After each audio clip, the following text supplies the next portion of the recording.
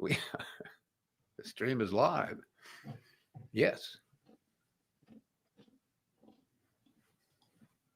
All right. All right. Are we live? Are we here? Let's do it live. We're doing it live. Is this thing on? Hello? Can you hear me? Hello? Can you hear me? Ma? Is it ready? Can you hear? My goodness, let me turn that Ryan? Okay. Hello? Hi, Ryan. Hi, Jeff. Wow, it's so good to see you. How? I didn't know you lived on YouTube. I do. It's just the real estate here, it's expensive, but once you get into it, you get a lot of perks. A lot of perks. You get nice mugs and nice you get headphones, glasses. So YouTube is a wonderful place if you're out and about and you're thinking of going somewhere to live and survive. I check out YouTube. Thank you, YouTube. And before we begin this extravaganza, I want to thank you, and I did this just a few seconds ago, but for setting all this up. Were it not for your technologistic, Ben, we would not be able to do this because I am barely able to look here and say things. So thank you very, very much for doing that and putting this together. My pleasure. I hope it's working. We're getting comments.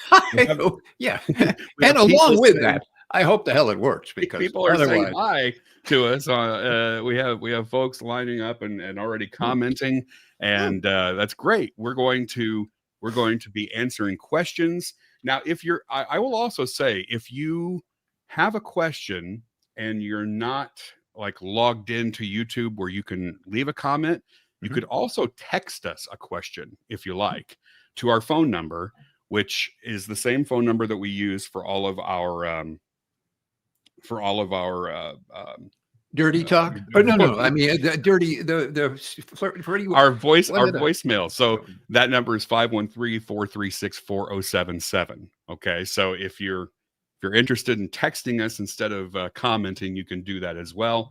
Again, that's 513-436-4077.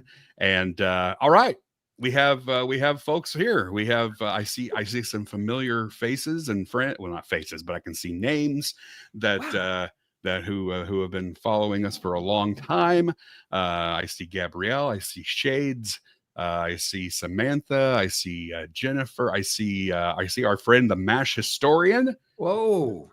Yes. Do we see any law enforcement indications let me see anything here. at all? Because I'm not seeing anything. My dog just busted through the door and decided, I don't know how my dog opened the door, but since he's here, come here, Walter. Oh, we're going to see Walter.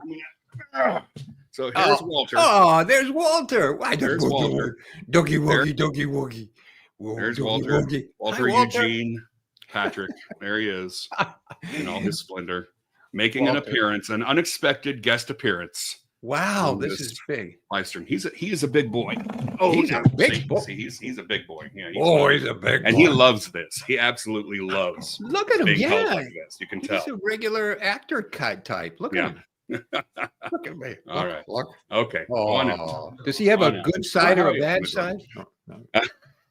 Oh, he has a bad side. Bad side. I bet he does. He has a bad side. Anyway, hello, everybody. Hello. Shaky has already asked us a question, and it's a good question because I was going to address it right from the get-go. Shaky's Music Reviews says, will this replace an episode for tomorrow? And you're very keen. Yes, it will. We will not be dropping a brand new episode on the 1st like we usually do. We will take the audio from this. Hopefully, I assume that it's, I'm not even sure if it's recording or not. If it is recording, it's supposed to be, but you never know. If it is recording, we'll probably just release this audio for people who didn't catch this live stream. But thank you for asking that. So yes, if you would like to leave a comment. Matt says that Walter looks like the dog that bit Radar in Mad Dogs and Servicemen. He kind of does. He kind of does resemble it. Yes, he does. How long have you had Walter? Walter joined our family in 16. Oh, wow. Is Okay. that right? I think it was 2016. It was right after we moved into this house. So, Wow. so yeah, he's getting older. He's getting up there in years. I guess he would, we're starting to buy him the senior food now. Is he on Which is Dogacare or the anything? same as regular dog food, except you eat it at 4:00 in the afternoon.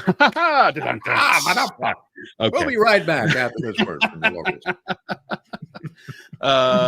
Okay, I'm trying to keep up here. Will there be a MASH Halloween special episode? No. Not a chance. No. This is about as scary as we're going to get. Exactly. So I don't get. I mean, if we could put on masks, but what's the point?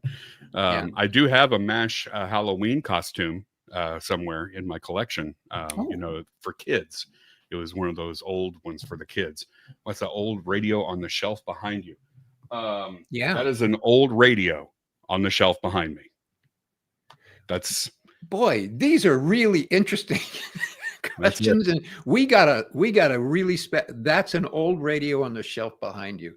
There's nothing behind me. There's a book or something, and they're over my, I don't know what shoulder it is, but over on this. No, wait a minute. How do you do? Oh, this shoulder is a paper shredder, so that's very important. Look how exciting this show is already. I know. Very beginning. And I'll tell you, the audio version of this is going to be even more thrilling to listen to. I'm going to tell you. Be still. Wow. Love the cap, Ryan. Thank you. My Cardinals lost today. But I'm going to see them tomorrow. I'm actually going to go see the game in St. Louis tomorrow. So hopefully, fingers crossed, we'll see a win tomorrow. Is your shirt available to everyone? This shirt is not one of ours. I wish it was, but this is not one of our shirts. This was a gift purchased online, so I'm sure you can find it online, but it's not one of ours. I, however, will show you a shirt that is available through our fashion empire, the MASH Matters fashion empire, that is growing in leaps and bounds. You can't stop it. It's the hottest thing. It's frightening Paris that there's so much stuff going on.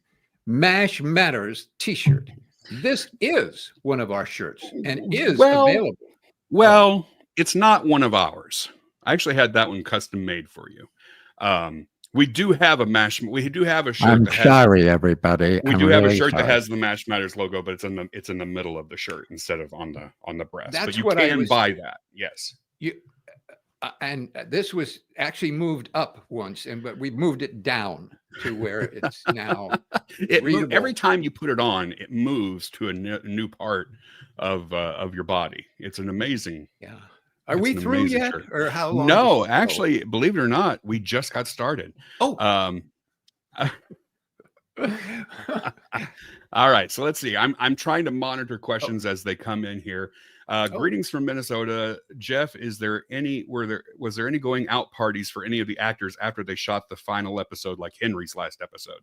So, like when one of the actors left the show, did y'all go out and have parties for them? Well, I'm sure they did. I'm sure I was very busy with other things, creating worlds of great, interesting bodies of work or something. But I was not necessarily involved in that. I was involved in a couple of grand, bye, oh, huggy buddy, oh, I love you and everything.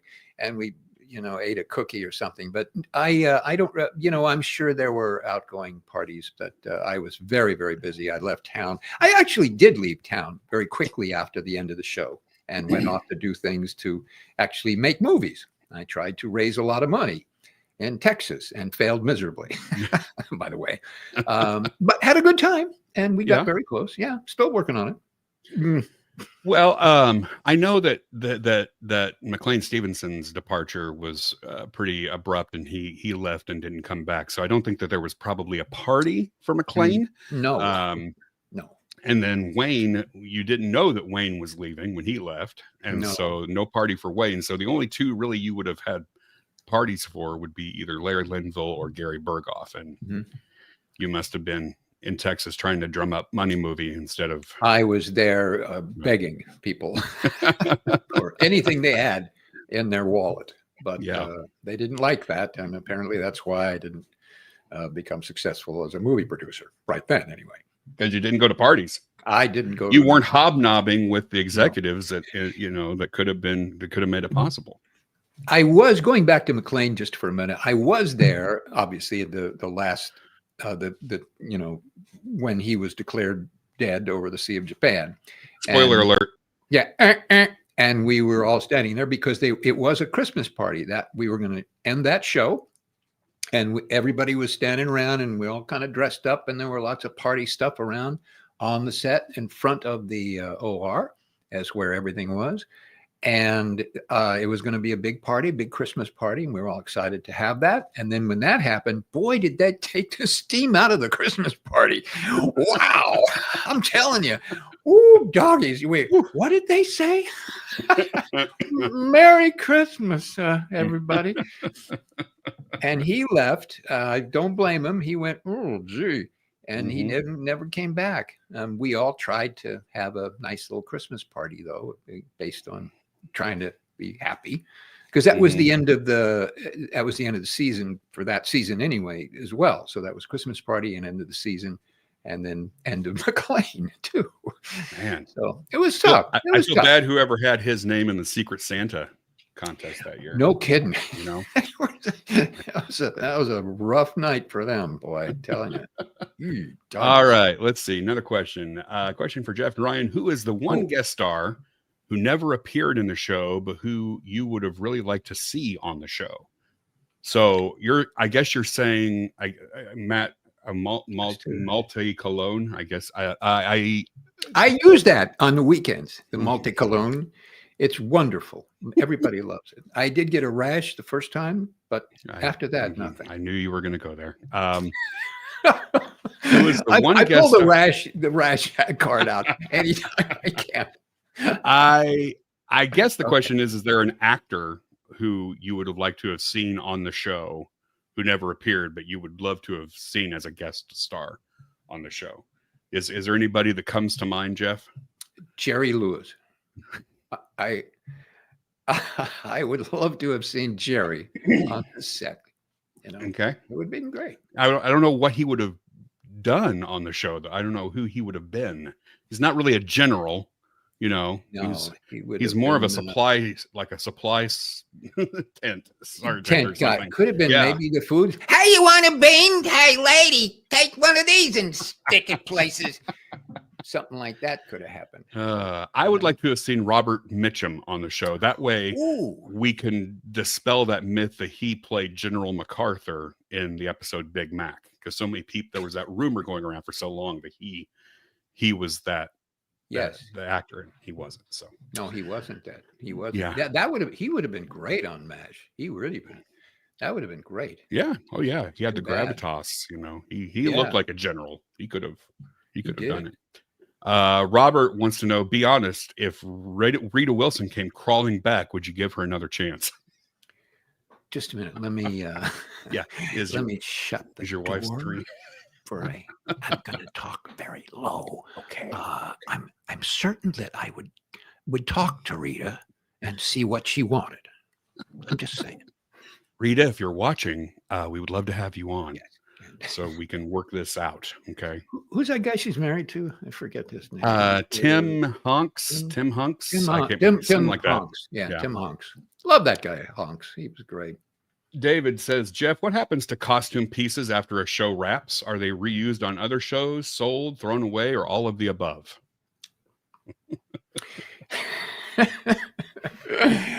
Okay. Well, what happened to my costume piece is that I stole it and I put it in my closet. Yep. Most of the pants and my shirt and my cap are still in there. Other pieces are put back into the bowels of 20th Century Fox or whatever studio is using them, and they are saved for another show. Certainly the costumes that were used in the original film MASH which was also filmed by 20th Century Fox, also shot out at the ranch. Mhm. Those were put in some box somewhere and stored in a cooler or freezer or something. And they were dragged out when they started shooting MASH. So yeah, those things, if they're, feasible, they're cleaned, and some of them are cleaned, and then they use them again. Sure, why not? And if they don't, if they're unusable, then they certainly donate them somewhere or give them away or do something. Yeah. Now today, a lot of these shows, they'll take these pieces, that were used, and they sell them, they auction them off, Yeah. and make big money from fans. But back in MASH's days, they didn't do stuff like that. So you would, the same costumes and props that you would see on one show would pop up on the next show. That's, the next 20th Century Fox show that was produced, or the next one after that and after that. So nowadays they auction them off, or whatever. But you don't really get a chance to, unless you have deep pockets, you don't really get a chance to own a lot of that stuff nowadays. No, and some of it you don't want to own, because they do use it pretty heavily. And even the clothes that we got on on MASH, when I was first presented with them, you kind of go, "Oh, really? I put this on my body, close to it?" Because it's you know that it's had a life, and where the life was, Right. you're not quite sure, or whose life it shared itself with. You don't know. But they gave me the check, so I said, "The heck with it," So I get a rash twice. See, we should have a little rash meter in the corner here that dings every time we mention it. Mark wants to know, did guest appearance actors and extras ever overact and try to do other things to draw attention to themselves to catch the eye of Hollywood executives? And why am I sitting here? Let's answer that. Seriously, you were brought on as a day player, and how are you? Here you are. Well, did guest appearance actors and extras ever overact or try and do things? Sure. When people are involved in show business and they want to be an actor, and they get on a set, and they know that there are people around who will look at them do things, and they're hoping that what they do will inspire that person who's looking at them to go, "Hey, you do that pretty good. Let's do it again, and we'll give you a check for it." I mean, it's kind of part of the drill. Mm-hmm. When they get stupid and goofy, then, they're just disregarded and being stupid and goofy. But sometimes, people that have a certain ability or certain goofy talent that they show to a producer during a production of a movie or a TV show is going to get a little attention. And why the heck not? Do the best you can with the stuff you got. Yeah, I think there's a fine line between overacting and just being funny, being naturally gifted, and letting your talent shine through. Your facial expressions caught somebody's eye, and they said, "Let's use him. Let's use those expressions, those eyes, those eyebrows. Let's use it." And because you used it very well, you weren't trying to overact on purpose. In fact, you were probably so miserable at the ranch that you didn't. You were trying to get, maybe you were trying to get kicked off. I don't know. Get me out of here. Yeah.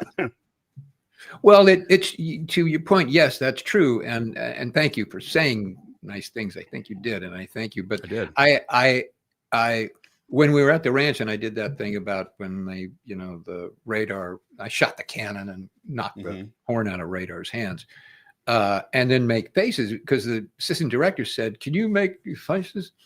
And I really did say this. I've said this, publicly, but I really did say, "How many and what period of time do you want them?"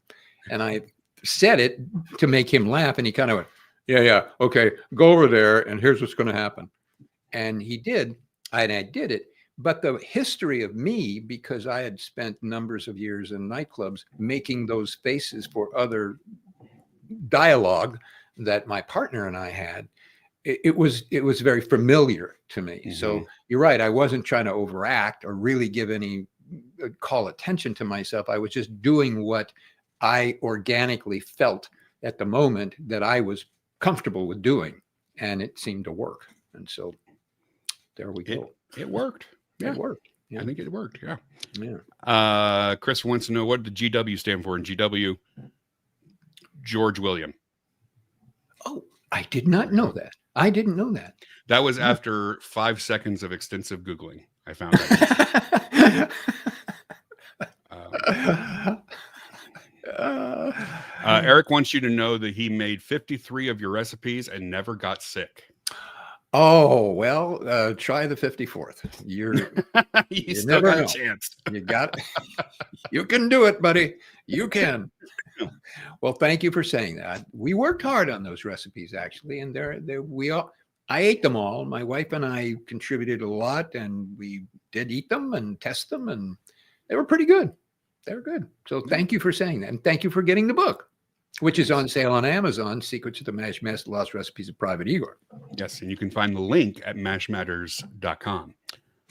Okay, we have, how did the actors and crew get transported to the campsite? We hiked out to the campsite earlier this month, and we were wondering, is there another road besides the rocky trail that gets narrow?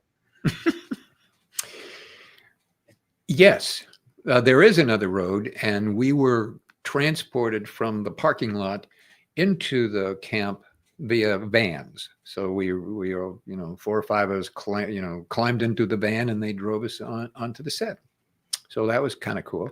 And it was really fun. The first time I did it, we drove by the Planet of the Apes set. There's a lot of set. They made a lot of movies out there. Mm-hmm. And we were driving by the Planet of the Apes set, and I went, wow, there's a Planet of the Apes set. It was really cool. Did you do that every time you drove by it? Too much to the chagrin of the driver and everyone that I was with. Yeah. I also, but the thing is, I don't know today. Now, when we were out there for the 50th celebration, Mm-hmm.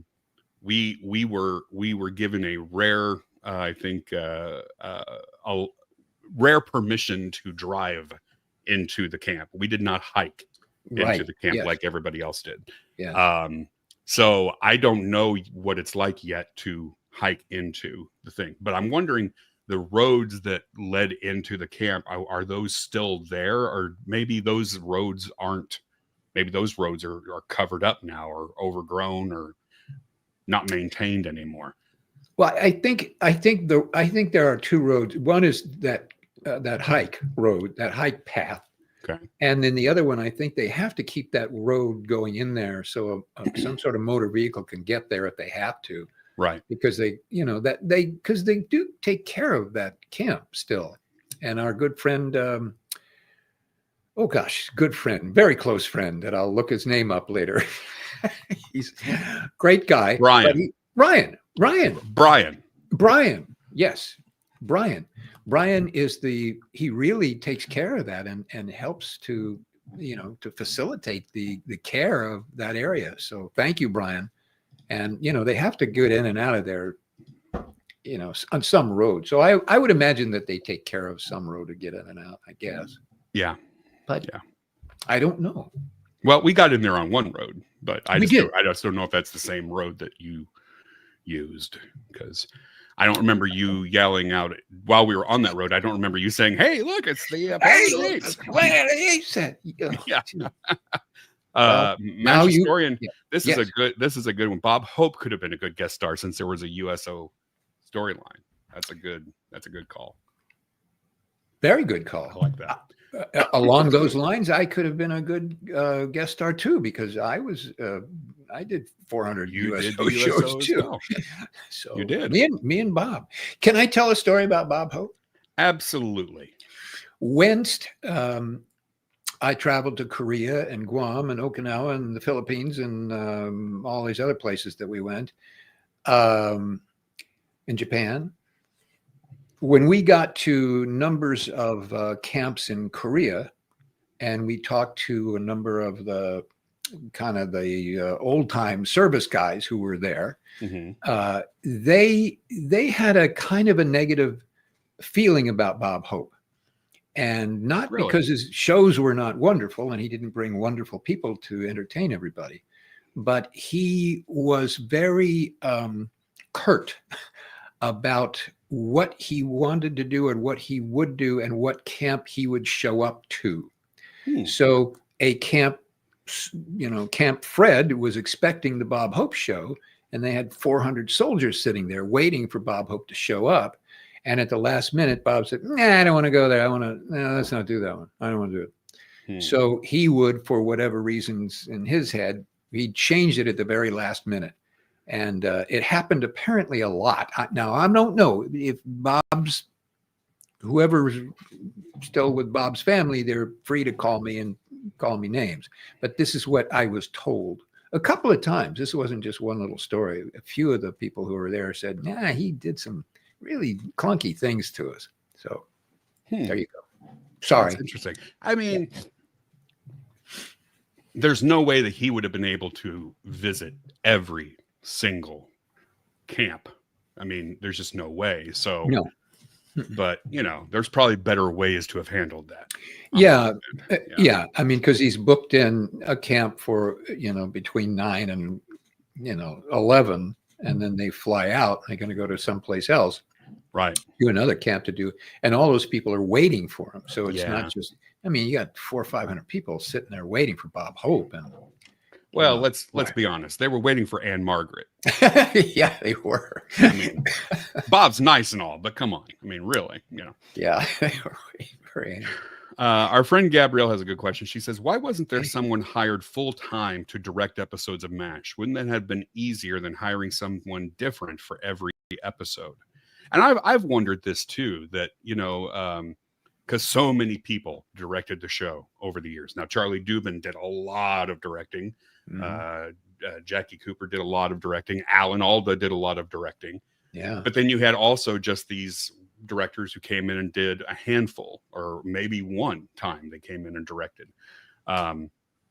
Is there reasoning behind? And I'm asking just as in the industry, is there reasoning behind having different directors come in and do a show other than to have the same person do everything? Well, if MASH ran for 11 years, and in the beginning they were doing 26 episodes or something like that, a lot of episodes. So if you hire one guy and you say, "Hey, Bill, you're going to direct 26 episodes, and it's every week.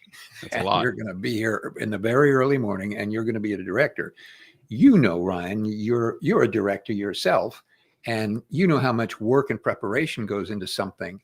And so every television director has got to sit down and examine the script, examine the themes, examine the jokes, have a reading, and then have a rehearsal, and then shoot for 3 days or 4 days, and then get another script, and then go, "Okay, I got to get a meatball," and then I got to do another one. After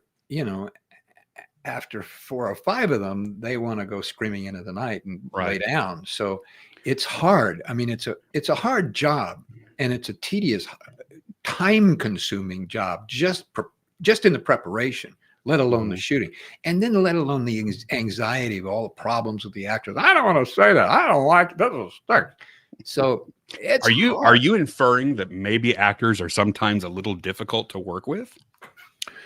Well, let's come back to that. Okay. All right. I want names. I want names, mister. All right. No, I get it. Yeah. I totally understand that. Yeah. And go ahead. Well, I'm getting ready to direct a play. Yes, you are. And we're going to have like 6-8 weeks of rehearsal for the show.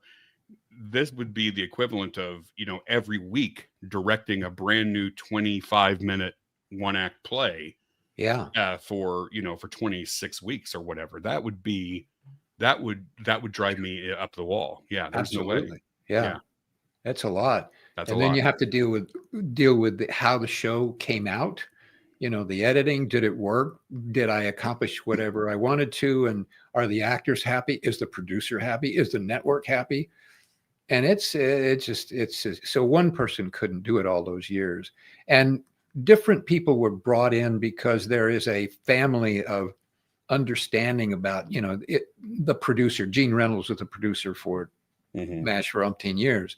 So he knew other people and they knew him. And so either them personally would call him or their agents would call him as, hey, Gene, you know, Fred's you direct an episode. And you go, oh, yeah, that's a good idea. So they bring him in and, you know, see how everybody liked them and how that works. But that's the way that works, is the producer will have in mind somebody else and somebody to bring in, and maybe just even to give a fresh, you know, the directors they're working with are tired or they're tired and they bring in a fresh, you know, pair of eyes to do that, to see what happens. Yeah, because every director has their own style and their own flavor that they might bring to how they shoot something or work with the actors, and it might just give a brand new perspective, because you can tell little touches for certain directors here and there when you start to really pay attention to those things. So yeah. And like Jackie Cooper was a guy who was, get the children out of the room, ladies and brother, but it's balls to the wall. He was going, all right, cut, go, all right, move on. You know, he was go, go, go, go, go. Yeah. And as opposed to Charlie Dubin, who goes, hi, how are you? How's everybody? Have you had your coffee? You want some eggs? I have some muffins. You know, he was not the same guy. And so there were, you know, that's what was going on. That's what. So, okay, I have a follow-up question then. You personally, as an actor, do you prefer balls to the wall or have some muffins? What's your preference? Because seriously, because you know, I've worked on stage with a lot of directors, and there are I actually kind of prefer the let's get stuff done. Let's just, you know, we can have, there's room to have fun, but we got to get the stuff done, you know? So that's my preference. But what, you as an actor, what did you prefer? I kind of agree with you. I think when you're there and you do the right thing and everybody likes it and you go, all right, cut, let's move on. You know, you don't have to hang around. Now, I don't mean to say that Charlie Dubin was, you know, going, no. He was wonderful. But he could move people calmly in a way that they were comfortable and he was comfortable. Jackie Cooper was just go. And so, So maybe somewhere in the middle is kind of where you prefer. Bingo. It. Yeah. Which I'm going to guess that Alan probably was somewhere in the middle, wasn't he? Yes, he was. Yes, he was. And you, what's your experience? What would you prefer? I mean, have you had those two different kinds of? Yeah. And somewhere in the middle. Yeah. You know, where I look, I mean, I don't want somebody who's going to be a taskmaster. But I also have worked with some directors who are like, oh, just do what you want. Go on stage wherever you feel like it. And it's like, no, that's not how you do it. I mean, you can't do that. You know, you're the director, direct, you know, tell us where you want. We'll have some freedom in how we do things. Yeah. I want you to guide us. And, you know, so somewhere in the middle between taskmaster and free-flowing organic director, you know. I did a show and I couldn't tell you, it was 150 million years ago, but it was some show and I was a hotel desk clerk, and somebody comes up and says something to me and I say something to them. We were rehearsing it and then they go away, and so they're going to set it up, and oh gosh, please forgive me my memory. Married to that very famous woman, made movies, a very elaborate swimmer in the pools. Esther Williams? Esther Williams. Her husband was a guy. Yes, Mr. Esther Williams. Fernando Lamas. Oh, okay. Fernando Lamas was the director. Gotcha. And I was, wow, Fernando Lamas, here he is. So I go over and I think I said, gee, what do I do with these pens, sir? I don't know what it was. It couldn't have been Shakespeare, but I was saying something. And I didn't understand why I was saying it. So I went over to him. I said, Mr. Lamas, why am I saying some blah, blah, blah? And he said, I don't know. So I went, yes, sir. Okay. Because it's in the script. That's why. I said, I don't know. I don't know. Anyway, sorry to interrupt that. No, that's great. That's awesome. All right, so we're way behind on questions, but this I really like this. Come on, let's go from Jennifer. Okay. Remember the show Circus of the Stars? What would be your act? And what acts do you think the main cast? I don't care about the main cast. Jeff, I want to know if you ever got to be on Circus. Do you remember that show, Circus of the Stars? It was on CBS. It was a special presentation they did once or twice a year, and they would bring like all of their stars together. To do different things, sitcom stars, and so Catherine Bach from the Dukes of Hazzard, and and people from the Love Boat, but they would bring all these, and they would like make them do real circus acts. So they were on high wire acts, and they were doing all the acrobatic stuff and lion taming, because they would train with.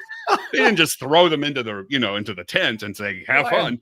They would train for weeks with circus professionals to actually do this, and then it would be somewhat successful presentation. But anyway, that was Circus of the Stars, and I would, if you were ever asked to be on Circus with the Stars, what would your act have been? First, I'm very sorry I missed that show and missed the opportunity to be on it. I mean, it was something. Yeah. They don't make them like that anymore. I don't know if that's a good thing or a bad thing, but yeah. Gosh, what circus act would I have done? Is ping pong a circus act? I'm not sure. I mean, juggling pong balls, I guess.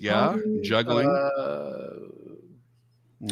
A human cannonball. You could have been, you could have been you obviously would have been a great clown. Oh, I could have been a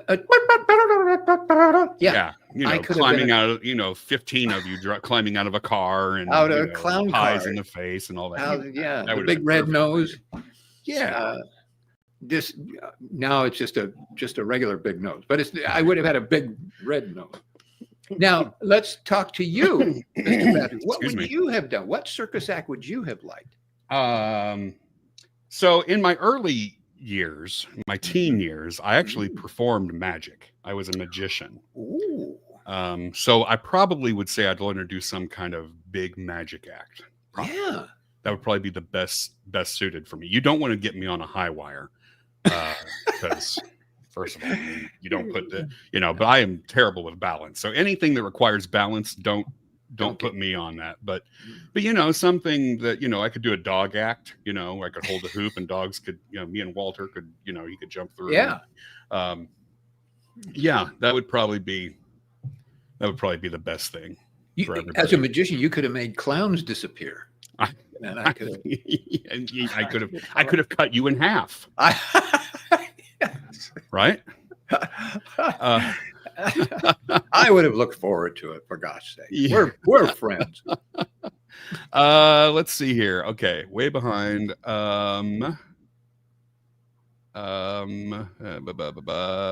Yes. I'm trying to read at the same. This is really hard when you read at the same time that you're talking. Jeff, what did the cast wear when they were in the showers? Just throwing that out there. Please discuss while I monitor some other questions. Okay. Well, let me get serious here, ladies and gentlemen. What do they wear when they were in the showers? Skin. There was skin there. Hair. That's pretty much it. Skin and hair. I don't know. I never went over there and looked. I was purposeful. You never peeked. I never peeked. I trusted what they were doing and what they were wearing to be appropriate. So I never went over there. I'm guessing it was just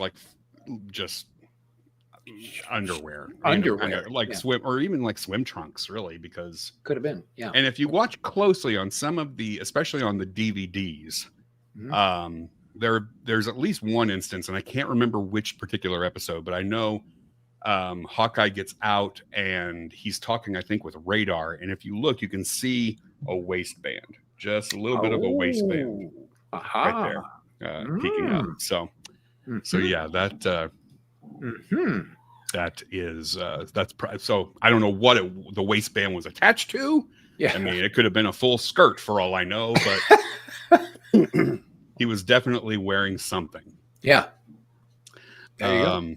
Yeah. Okay, what's this one? On MASH season 3, OR, Hawkeye says, "Run along, Andy. Is that a cultural reference of the time that I just don't understand?"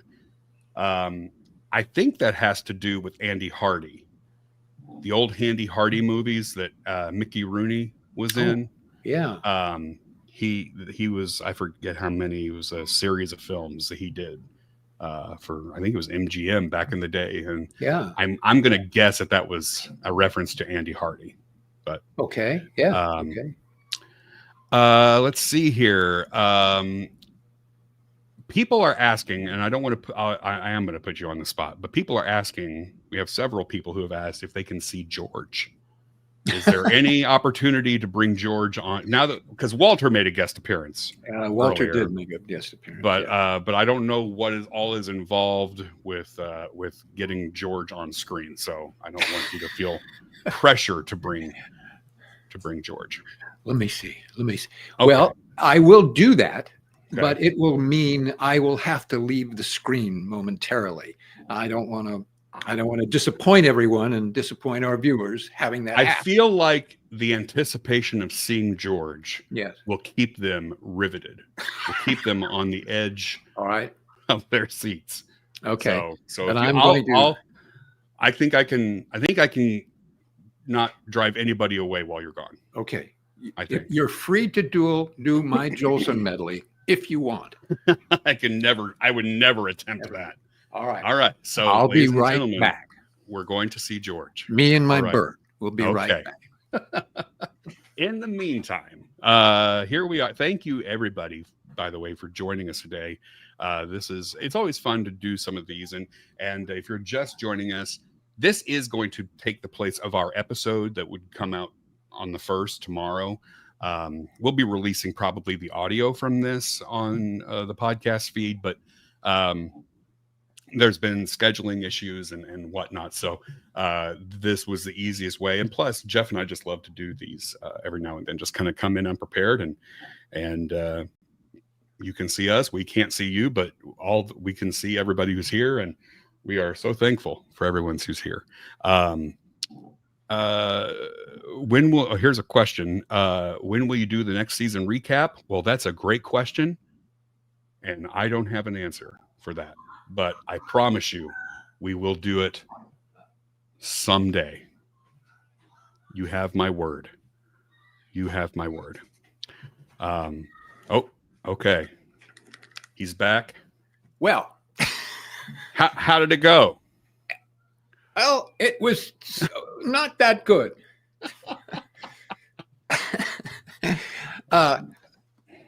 George is, you may hear George. I hear George, yes. Yes. George is 39 years old, and I've had George 39 years. Uh-huh. And she's spunky. She has a lot of different personalities. And sometimes when she's sitting on her stick, her favorite stick perch, she's enjoying herself and singing and stuff like that. And she just refuses to get on my finger. Absolutely refuses and sticks her wings out and tries to bite me whenever I do that. Normally she's cuddly and but every once in a while she does that. And this is when it happens. So maybe we'll see what happens. We'll let her calm down and maybe I'll go in and see if I can get her out of there. Okay. Sorry. Hey, there's many a time when I'm sitting on my favorite stick and somebody comes along and says, hey, come with me and do something. And I say, no, I am well beyond 39 years old and I am on my favorite stick and I'm not going anywhere. And you'd be willing to bite them very hard if they forced you to do that. Yeah. Sorry. I didn't know I could bite them. That would be great. It's okay with me. Are either of you aware of what Robert Altman and or any of the main actors from the MASH movie thought of the TV show? I think it's well documented that Robert Altman did not think highly at all of the show. He pretty much hated it. Not to mince words, he just did not like it. I do not know, however, what Donald Sutherland. I was thinking Kiefer. Kiefer is the son. What Donald Sutherland or Sally Kirkland or Sally Kellerman. Kellerman was too mixed up. Yeah. And Elliot Gould thought of the TV show, but we know that Robert Altman did not like it. I was at an airport and I was coming home from someplace and I was going to get into the car, whatever. I was standing right there and Robert Altman was standing there waiting for somebody to pick him up. And I recognized him and I said, "Oh, Mr. Altman, I just want to say, thank you for making this wonderful movie and love the movie and everything." Great. And well, thank you very much.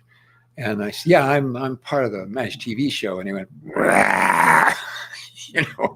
He snarled and went, "I don't think I don't remember the words, but they weren't friendly words. They were, wow, get out of the way, buddy."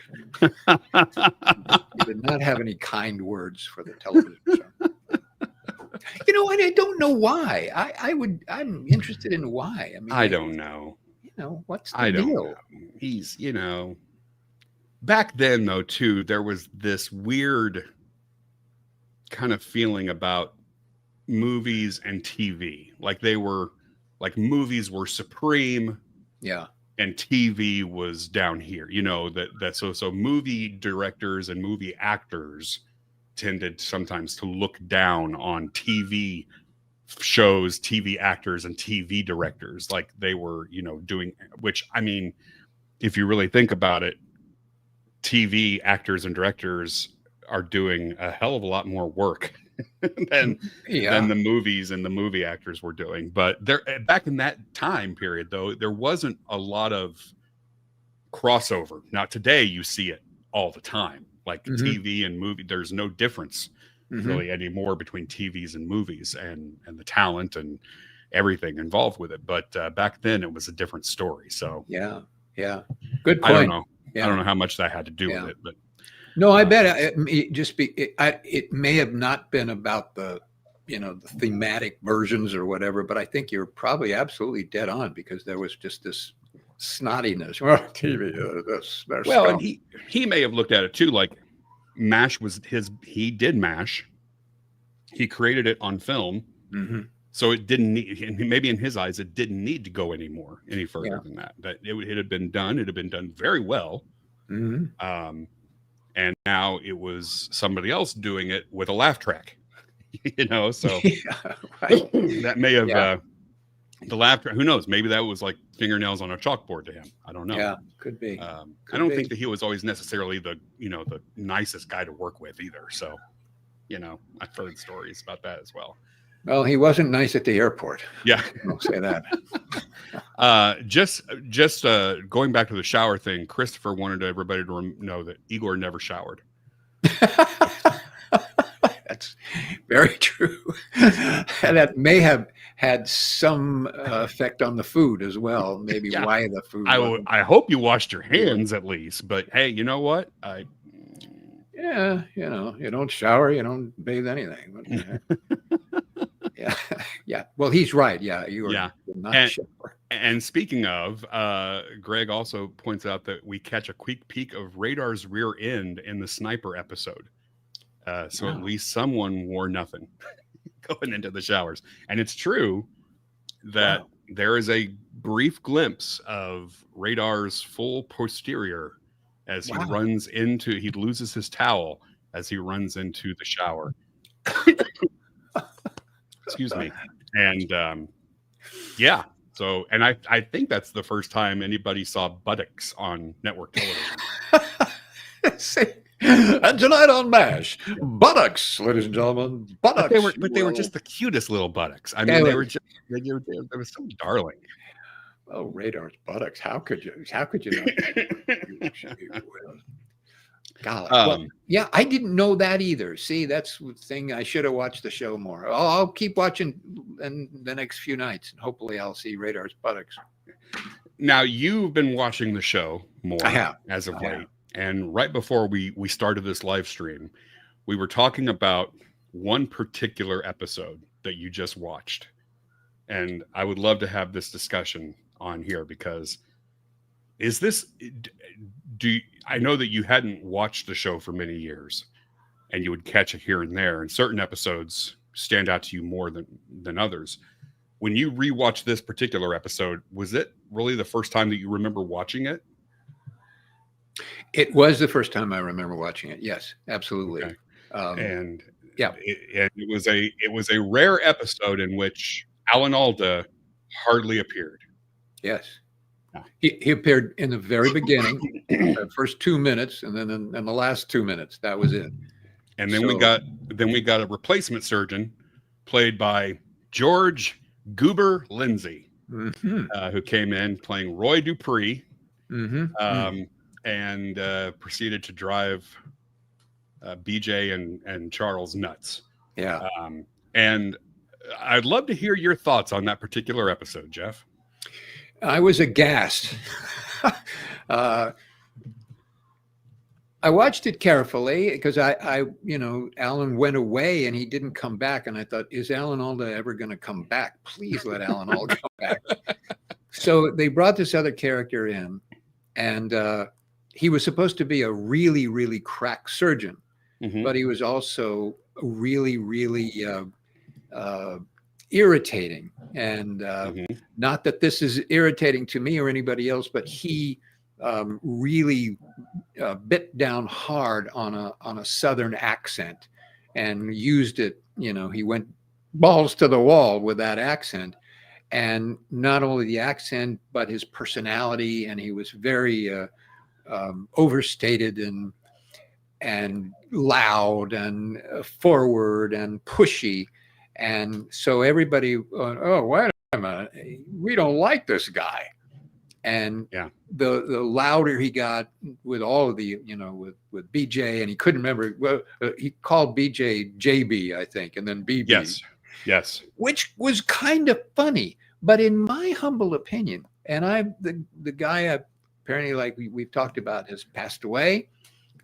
Yes. Wonderful guy, had a career and did well. And God love you, that's a hard job. So, but he came in and they must have said, look, just drive everybody nuts and be as awful as you can. And I think it was really overdone. And I think it hurt the show. And to me, I think it hurt the idea of what he was doing, because he overshadowed that character. And I think the character would have been still irritating and funnier had he backed down a little bit. And he was going at 150% of that character. He'd gone down to 75% of the character. Did I lose you? Are you gone? Is it just me? Ryan, are you there? I don't know what to do.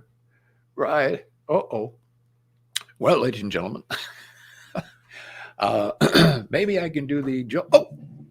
Oh, there you go. You went away. I think my internet hiccuped. Okay, sorry. No. So anyway, I thought he should have brought it down to 25%, and because the dialogue was pretty funny, and his getting mixed up with BJ, JB, BB, and all that stuff. And he was drunk, but you can be drunk and do that quiet and be hysterically funny and still irritating. So for me, that character was supposed to be irritating, but for me, the actor was irritating and went beyond what he needed to do to actually make the point. It was a little, I agree that he was very over the top, but I think that's probably why they brought him in to do that role, is because he was so over the top.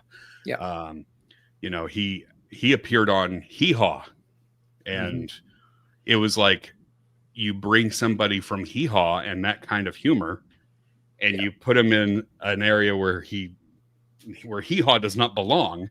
It's going to stand out. And it's going to stand out in a bad way. But again, that's kind of the point, is that he was so irritating that you, along with, the viewer, along with BJ and Charles and everybody in camp, just couldn't stand him. The only person who could stand him up to a point was Potter. But Potter was, kind of that, he was that Midwestern he was okay with the kind of the corny Midwestern type, but until he rode Sophie, that was the deal breaker, with Potter. But it was an interesting episode, and I don't hear a lot about. You always hear when somebody says episodes they don't like. You got Hawkeye, you've got Dreams. Those episodes always stand out of people, but you don't hear a lot of people saying one thing or the other about that particular episode, Temporary Duty. Yeah. Which was in season 6, by the way, and we've had season 6 discussions about this throughout the podcast. So I know you're gonna get twitchy on me. I would like to think that if you had been there in season 6, that you would have brought more of a calming presence to the show, and maybe they wouldn't have resorted to bringing in such an actor who was so over the top. Possible, very who possible. Knows? It's just my theory. That's just how I feel about it. But yeah, I thought it was an interesting choice. It was, yeah, and I also I found it curious about how the fact that Alan Alda wasn't there, and I wondered what that did to the dynamic of the show. And the other characters, were there to pick up the pieces. Yeah, from Alan Alda not being there. But I not only was I frustrated about the actor that was doing what they were doing, but also the fact that I wondered that the dynamics with Alan not being there added to my frustration. But again, that's just. I wonder if that was written as just kind of a test to see what the show would be like. Not that there was ever there was going to be, the Alan was leaving, but what the show felt like. Would the dynamics change? How much would they change if Hawkeye was not a regular appearance? I don't know. I kind of like the story with Dupree. It makes us appreciate the other characters more. Even Charles says at the end that he missed Hawkeye. That's true. Hug. Yeah, and Wayne says, and I agree, Roy Dupree needed creamed weenies. That was the problem. That was the problem. Ryan and I are going into the food event as well. We're going to create cream of weenie soup and a number of other products based on cream of weenies. So you get ready for that, and the fashion empire and the cream of weenie empire. We're just taking over everything. I'm going to be, boy, talk about Diddy. Come on. He's going to be nothing. Well, hold on. Oh, okay. This is my Roy Dupree take. It seems to me that the Southern characters were not often portrayed in a positive light in those days. The Southern accent was often a stand-in for this character is a bumpkin / stupid. And goes on to say that agreed. Alabama, so they're a little sensitive to that. I agree. I thought it was an unfair thing to do because they're saying, "Oh, this guy is an idiot and he's so stupid." And he only had one scene where he was a very accomplished surgeon, and he said, "Well, put the scalpel there," and blah blah blah. And for the rest of the whole episode, he was just crazy and an idiot. And I think it was insulting to Southern people and people who have a Southern accent like that. I thought it was really, really insulting. Now, the show he was on, what was the show? He was on Andy Griffith's show. Andy Griffith. And then he would make appearances on Gomer Pyle. He did Hee Haw, didn't he do Hee Haw? Yeah, he did Hee Haw. Yeah. Hee Haw.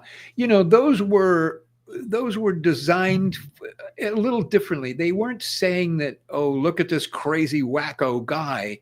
They had a little bit more of a gentle approach to things. And I think that allowed him to be able to be a human being, whereas the show didn't want him to be a human. I'm so sorry about all this. I've got to lay down. My hair is sticking up too. I don't know what to do. I can't get. You my were shunned bird. by George earlier. That was That you. Shall I try one more time? Absolutely. Go ahead. I'll put a couple Cool. of more Dupree comments here on the screen while you do that. Okay. Let's see here. Chief Broken Arrow says, I put Dupree in the same category as Klinger's big red bird with fuzzy pink feet. If you are a longtime listener to the podcast, you know my feelings on the big red bird with fuzzy pink feet. Jeff says the writer of the Roy Dupree episode didn't do his homework. The University of Arkansas in Fayetteville does not have a med school. Oh, there you go. Interesting. So yeah, that kind of closes the book on Roy Dupree and that particular episode. Keep those comments and things coming. This is great. I have a few that we haven't gotten to yet that I'm really anxious to get to, but I'm hoping that maybe George will cooperate and make an appearance. We'll see. We will all wait with bated breath. That does not sound promising right there. Yep. Yeah. I didn't think that sounded promising. I heard George. Yeah, you heard George. That's okay. It's all right. George will make an appearance maybe in a future webcast. And a future webcast, she will be. Absolutely. She'll be the star of the webcast. She gets in this weird little personality, and it's just, hey, I'm on my stick. Don't bother me. I'm having a good time. Leave me alone. And kind of like Dupree. Exactly. All right, let's go to another question here. This one from Christopher. Jeff, what was working with Ted Knight like on the pilot of Too Close for Comfort? And many people may not realize that you did appear in the pilot episode of Too Close for Comfort, a show that I really enjoyed watching because I was always a Ted Knight fan from a very early age. What was that like? It was great. Ted Knight was a terrific guy. I enjoyed him very much. We had a great little scene. We had a great conversation. The rehearsals were fun. He couldn't have been a nicer, more professional, terrific actor, terrific everything. It was heaven. It was a heaven little part for me. And all the other people were there too. The actresses were great. And his wife was great. I mean, it couldn't have been a better moment for an actor like me to show up and have that role, do that. And your hair was great in that episode. But I captured the video from that episode a while back, and I don't think I ever did anything with it. I gotta see if I still have it, because we need to post that. People need to see, if they have not seen your appearance in Too Close for Comfort, because you play pretty much the exact opposite of Igor. Yes, he was.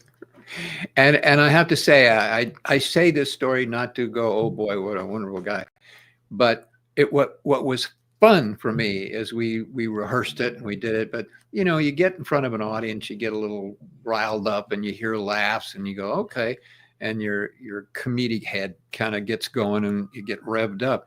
And so we were doing the thing, and I do my funny, I won't give it all away, but my funny thing, and it gets a huge laugh to the point that they had to stop the tape because the audience wouldn't stop laughing. So they were laughing so hard at that, they just said, cut, no. And then the director comes out and he says, okay, ladies and gentlemen, that was great. We're going to have to do it again. And when you do it again, you certainly be free to laugh, but it was laughing. It went on. We couldn't keep it and do that on the show. So we had to do it again. I don't know if this is going to work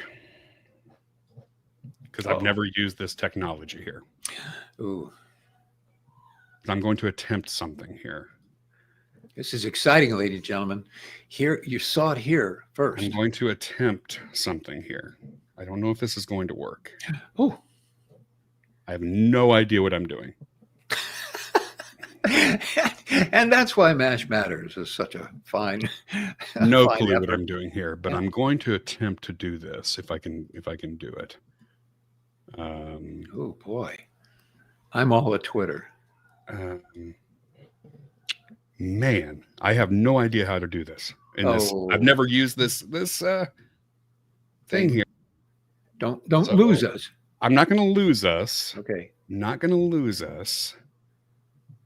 I wonder, okay, can I do this? Isn't this exciting? Oh. The audio version of this is really going to be riveting. People are going to be like, wow. Aha. Oh, I'm Oh here my- about the apartment. Ah, come in, Abdul. So glad to see you. How's your dad? Oh my Terribly gosh. sorry to have taken up your time.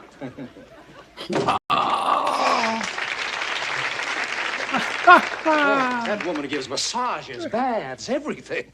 Well, I could come back later. Huh? Oh, no. Please sit down, sit down. Oh, wait. Before you sit, what do you do for a living? I'm a professional artist. Sit.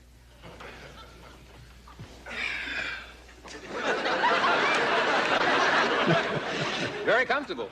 Yes, isn't it?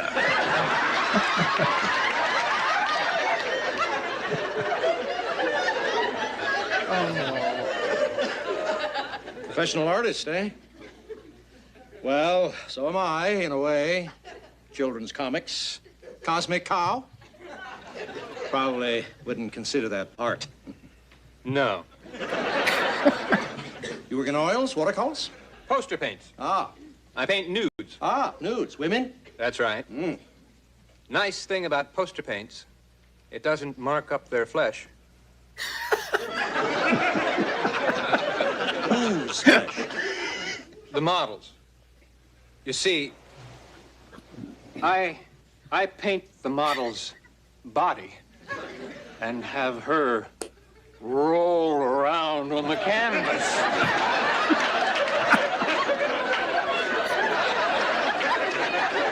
It's an innovative form.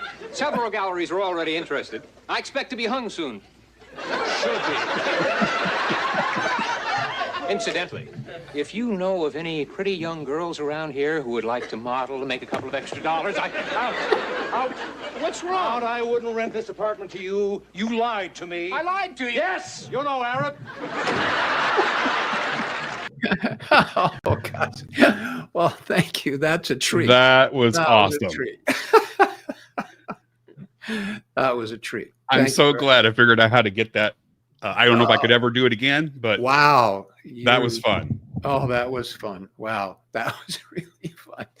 That Thank was you. fun. Oh my gosh. And that hair. That hair, that perm. Yeah, I had it for a while. Spot on. It showed up Spot in on. MASH once. Yeah. Yeah. It- Yes, I remember. yeah, it- Oh, that was great. Okay. So moving on here, let's see. Jeff, let's see. What if any, is the moment in your life that told you that MASH was always going to be in your life? Oh my gosh, these are That's a deep question right that's there. a deep question. Can I go see if the bird is ready? I mean, No, the bird is fine. The bird's what if any is the moment in your life that told you MASH was always going to be in your life? because when you started, you didn't think MASH was always going to be in your life. No, I didn't. You were a nightclub performer. That was your thing. And I didn't really think it was gonna be. And quite frankly, it wasn't until after the show was over and I gained, which is MASH Matters, the podcast has helped me do that, gained a huge respect and understanding of why the show was so impactful to people and why it was so impactful to me. To me, I was a young guy, I'm an actor guy, I'm trying to do stuff, and there I was, and I got this job, and I'm there, and I liked all the people, and the people liked me, and the producers seemed to say, hey, you could do this, and I became Igor, and that was really cool and really fun. But it was still, and I've said this on the podcast so many times, it was a job. And it wasn't necessarily the impactful thing for me that said, this is always going to be in your life. Until now, we're talking about something that's 50 some odd years old, and we're still talking about it. And that is what's told me that MASH was going to be in my life.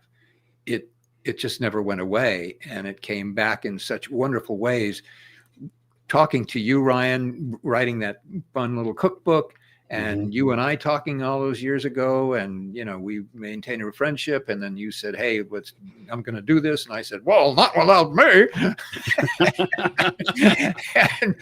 and just the fun that we've had, and my appreciation for it. MASH told me that I don't know that there was a day except that the experience of having the relationships that I've had with some really incredible incredibly talented people. And for one of whom, Loretta Swit, who passed away, which I will say, we all miss her deeply. She was a wonderful woman and loved her dearly. So, yeah, I don't know if I answered. Did I answer that? I'm not sure. No, you did. You did. Yeah. Because I don't know that anybody ever has a moment and that you're conscious of the moment. Yeah. You know, it's almost everything is hindsight. You look back and you're like, oh, I should have seen it then, or I should have, you know. Yeah. But in the moment, you know, you're living life. You're part of it. You don't. You're such a part of it that you don't really stop to think, wow, this is going to be my, you know, Yeah. this is going to what I'm going to be known for, you know, for the rest of my life. You don't think that in the moment. You just keep doing what you're doing, you know. I want to ask you the same question, because you grew up watching it and loving it, and that's why we're here, and that's why we're doing MASH Matters, is because of what you experienced. Yeah. So what was the moment when I knew it was going to be a part of my life? Mm-hmm. I don't know that there is one particular moment. I think, you know, I have vivid memories of the finale and vivid and crying at the end of the finale, and when it aired, and feeling like something was gone, like something, you know, I was saying goodbye to these people who had, you know, and I obviously I had not been, I'd watched really just the last few seasons, but I had watched it a lot when I was in those last few seasons. And so, yeah, I was like, you know, this family that I love, these characters I love are going away. I'm never going to see them again, you know. And thankfully, thanks to syndication, and then, you know, and then the DVDs and streaming and everything, they're never going away. These characters are always going to be a part of our lives. I don't think it's ever going to go away, because it is such a great universal show. So again, I don't necessarily have a moment, but I know that, you know, when the finale happened, and then I got my own VCR and my own TV in my bedroom, and I was able to start recording episodes of MASH, and I set out to record every episode of MASH on VHS tape and have them, and I would put them in and just play them all the time in the background, just be a part of my life, you know, the soundtrack of my life. Those are those moments, you know. Yeah. Wow. I guess there we are. Forgot to reset that. Okay. Let's see here. I'm just thrilled to have caught this rare live stream. If only it were available in Feel Around. Yeah, absolutely. That is a Kentucky Fried movie reference for those of you who may not know what that is. And I have to say, the wonderful gentleman who was behind me in the Kentucky Fried movie passed away recently. Yeah. I feel very badly about that. He was a terrific guy. We had a long, fun day that day, 16 hours worth of stuff to shoot that. And it was fun. He was a very talented fella. There was another recent passing. He was I have to find his name because I'm blanking. Forgive me. One moment. I know I've got it here. He wasn't an actor. He was an actor, but he wasn't an actor on MASH, but he did have a MASH connection. Hold on a second. David Ketchum.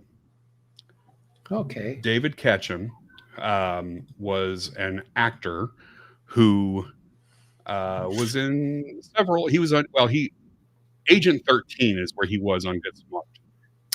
Okay. That's where he's best known. But so whenever, and if you ever watch Get Smart, there was the agent who was like, if he was in a trash can or a vending machine or something, you know, something like that. That was David Ketchum. He passed away. I never realized the connection that David Ketchum, the actor on Get Smart, was also one of the co-writers of the episode Tuttle on MASH. Really? Wow. Yeah. And he just passed Wow. away. Gee. Wow. Yeah. My goodness, I didn't know. Wow. Interesting. Huh. Yeah. Who else wrote that? Do we know who the other writer The other writer was? let's see, why didn't I? It was a woman. No, it wasn't a woman. Sorry. It was Bruce Shelley. Bruce Shelley and David Ketchum wrote Tuttle.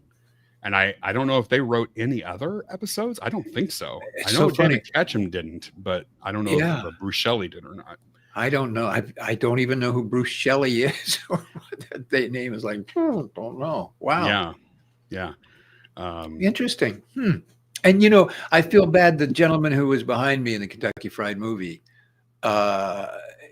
Is there any way your technology can tell me that? Because I feel bad that my brain suddenly forgot his name. I can do that here. Let's see.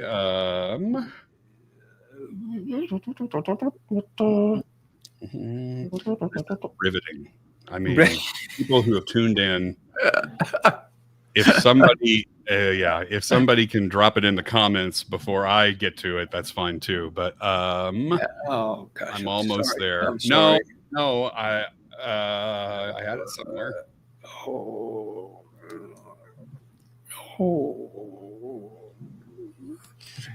And the name is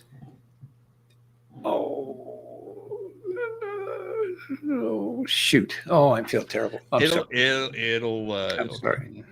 I'm sorry. Darn it. I'm looking. Yeah, it's not coming to me. Oh gosh. Okay. Well, I apologize to him and his family and everybody. He's terrific. He was terrific. And I know who directed it. John Landis directed John it. Landis, appeal it. Yeah, he was. John Landis and, okay. I'm almost there. almost. I think I found it. Michael Alamo. Michael Alamo. Thank you. Oh, thank you. All right. Michael Alamo. Yes. Thank you, Michael Alamo. We are very sorry. Yes. And Charlie put it in the comments. Carrie put it on the comments. Yes. Thank you. Thank you. I apologize. Yes. He recently passed away. And I wanted to address something because you mentioned it to me off when we were talking a week or so ago. There's been a story making the rounds on Facebook and social media, and it's a very touching story, a very heartfelt, touching story about Jamie Farr standing at Loretta Swit's coffin and giving this tearful goodbye. And it's very, very heartfelt and beautiful and touching. And there's a photo of him standing by the coffin too. It's just amazing. Oh my God. Except none of it's real. Oh, gosh. It's fake. It did not happen. Oh, how awful. Oh, And it's how frustrating awful. as all get out That's because awful. I saw another one pop up just last night in the MASH circles on Facebook of a story of Jamie going and visiting Kelly before she passed away, and a touching story of and it's just like people, it's all AI, it's all fake, and people know it's going to get shared, and because the AI photos, and I mean, I think a lot of people can tell when a photo is AI, but you'd be surprised. People fall for it. There's so much of it. There's so much of it rampant right now, and it's really frustrating because it gets shared because it is. We'd like to think that it's true. We'd like to hope that some of these stories are true, and that these people who were such a important part of our lives had these moments before one of them passed away. But it's all fiction. It's all just bogus, and it just drives me up the wall. I know. I don't understand what would make you get up in the morning and say, okay, I'm going to do an AI thing that's going to say Jamie was at the casket and Loretta's funeral. what is that? Don't you have to go to work or take care of the kids or something instead? I don't get that. They do it for clicks, it's clickbait. It's all fake. Why they do it? Why? I don't know. I mean, ultimately there has to be some way of monetizing something for people. I know that there's a lot of crap that people are posting in the comments about on YouTube. There's a lot of just crap videos and AI videos about MASH too. It's like the MASH, the MASH actor that everybody hated. And it's like, and it's all crap, but they do it for clicks, and they do it because they know that those are the things that people are, curious about. So they'll click on it. Yeah. And maybe they're getting a few pennies every time somebody clicks on it, but it's really frustrating to see that stuff and how it's just rampant. Yeah. So.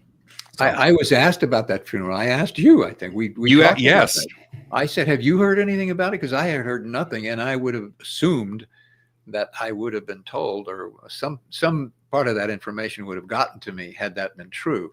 Yeah. And the fact that it didn't, at first I was very hurt and, oh my gosh, what's happened? But then when you said, no, that's not true. That's not real. Yeah. I felt better. Yeah. Our friend, the MASH historian, says there's so many AI cast photos, magnets, etc. on eBay. It bugs me. Yeah. And I know that. So, excuse me. Yeah. I am better, by the way. I just got tickled. It won't go away.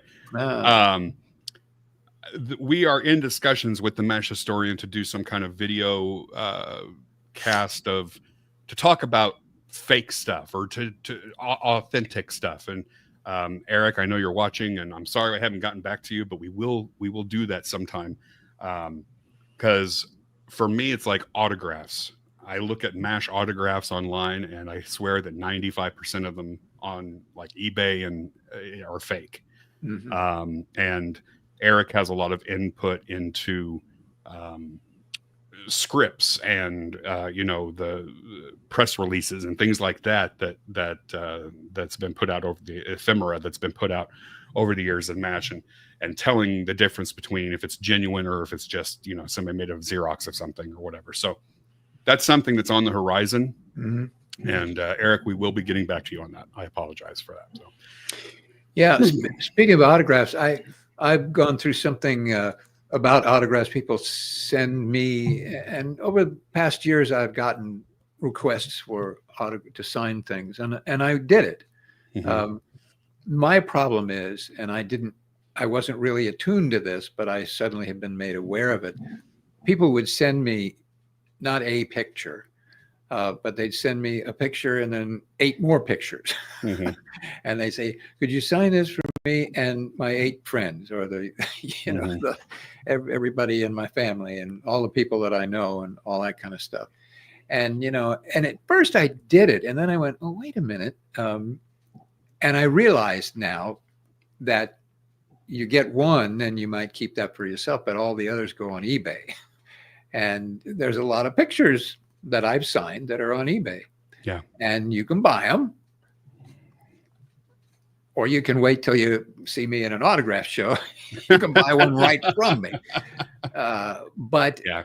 I feel bad. So I've stopped returning photographs with the autograph, and I feel bad.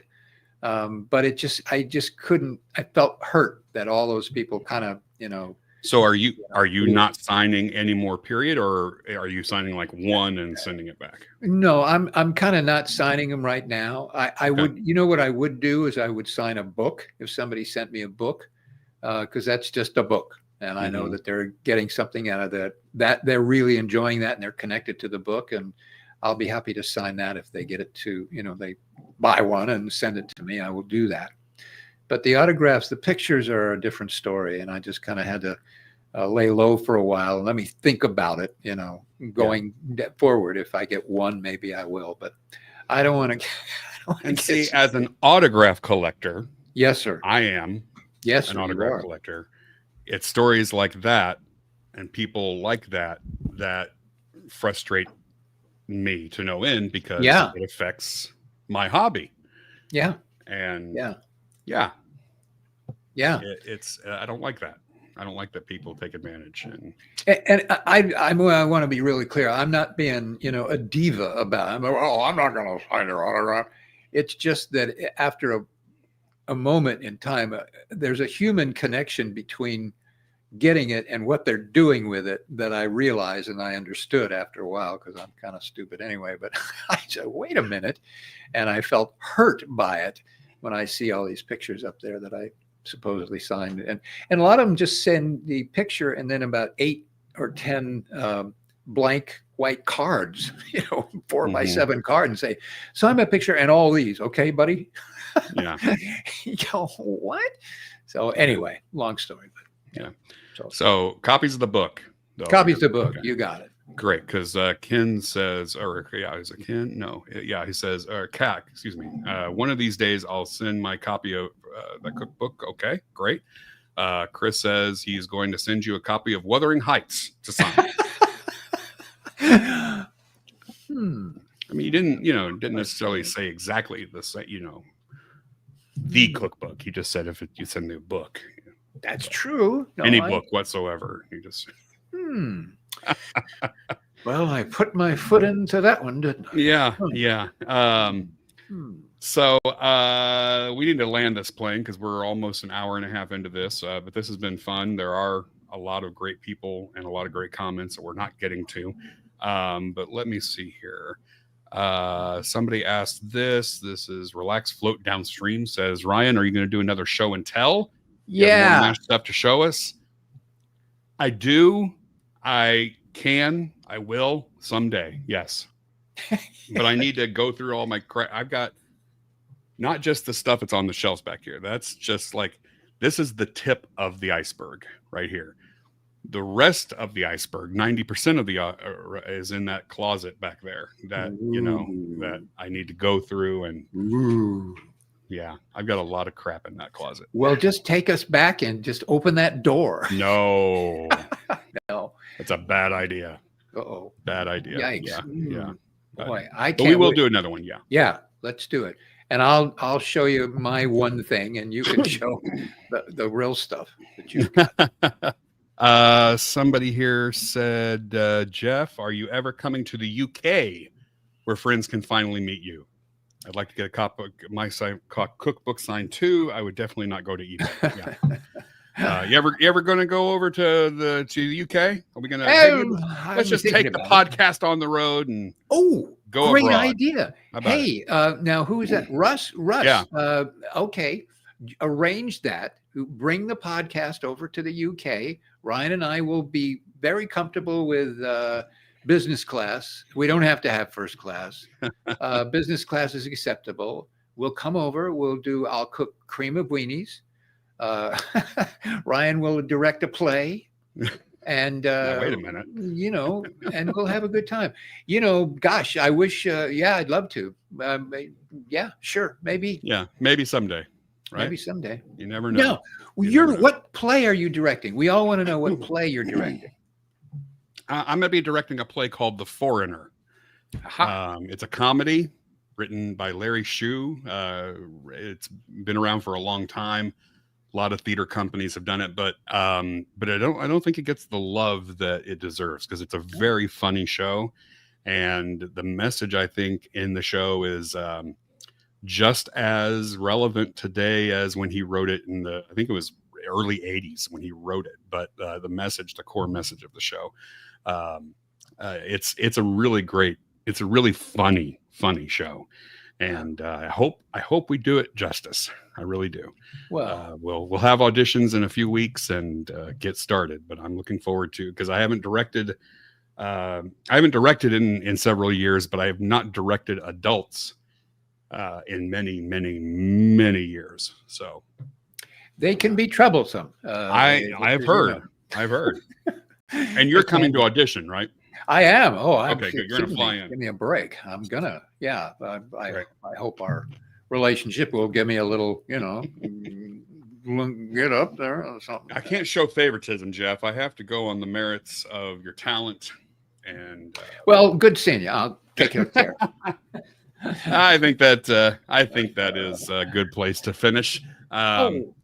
Yeah, we've been going 90 minutes here. You know, this is Well, people have things to do. They've got dinner to cook or things to, you know. Yeah, but the goodbye, farewell, and amen was what, 2.5 hours? It was, yeah. Let's break their record. Come on. Let's go 3. See if we can. See if I can get that damn bird out here. I don't think I have the stamina myself to do it. Should I check just one more time to see if I get that bird? Absolutely. All Maybe. right, Fingers crossed. maybe. Fingers crossed. Yeah, hopefully, maybe. Well, we need 90 more minutes. Yeah. Whew. This is fun. I love doing this. And yeah, it's keeping up with everybody's comments is the challenging part. Because there have been a lot of great questions we didn't get to, and a lot of great comments we didn't get to. And I apologize if we did not get to your comment or your question. Our podcast, yes, we'll get those weenies creamed if you come to the UK. Yes. Okay. Yes. All right. There you Absolutely. I'm sorry, ladies and gentlemen, boys and girls. That bird has got a mind of its own. Okay. KSB, this is our friend Karen Jeet says, I personally have nothing to do. Let's keep going.